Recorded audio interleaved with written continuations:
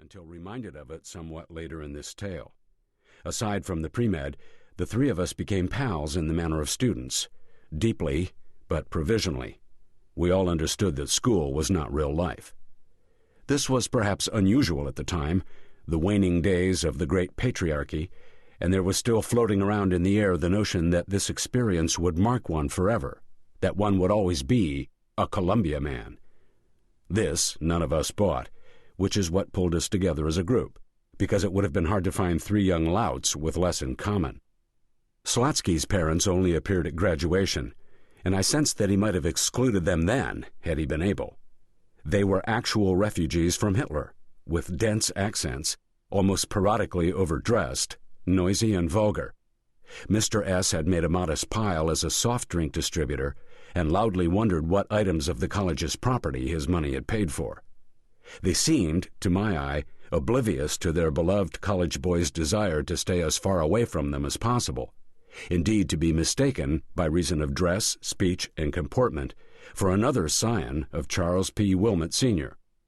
The name of C.P. Wilmot, as he always signed himself in a thick black scrawl, is not as famous now as it was then, but he was at one time considered the natural heir to the throne occupied by Norman Rockwell.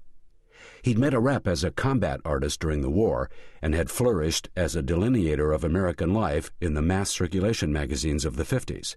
And at the time of our graduation, it was not at all obvious that his profession and livelihood would utterly vanish in the succeeding decades. He was rich and famous and happy with his lot. I should add that upon this graduation day I was an orphan. Parents killed on the road when I was 8, only child, raised by a responsible but distant aunt and uncle, and so forth, and therefore I always had my eye out for appropriate father figures. During the various graduation ceremonials, I found myself staring at the elder Wilmot with filial lust. He wore on that occasion a soft, cream-colored, double-breasted suit with a foulard bow tie and a Panama hat, and I wished I could stick him in a shopping bag and take him home. I recalled that the dean came by and shook his hand, and Wilmot told an amusing anecdote about painting the portrait of both the president of the university and the president of the United States. He was much in demand as a fellow who could paint into the faces of world leaders a nobility of spirit not always apparent in their words and deeds. After the graduation was over, the great man took us three friends and our families to Tavern on the Green, a place I'd never been to before, and which I then regarded as the pinnacle of elegance, rather than what it was, a sort of hired Denny's, with a terrific location. Wilmot sat at the head of the table, flanked by his son, and I was down by the foot with the Slotskys. During lunch, I therefore learned a good deal about the distribution of carbonated beverages, and what little Mark had liked to eat as a child.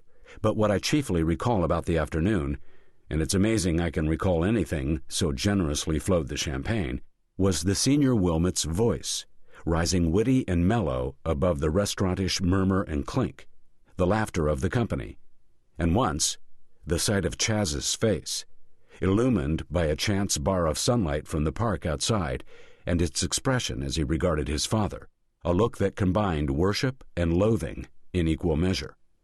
Or perhaps I'm interpolating this based on what I later learned, as we so often do, or I do, but there can be no doubt about what I am now to relate, and this bears more directly on the veracity of Chaz Wilmot's remarkable, horrible tale. He was one of those sons who, looking upon their father's profession and finding it good, set out to match or surpass the old guy's achievement. He was, therefore, an artist, and a surpassingly good one. I first met him in our sophomore year as I was moving in.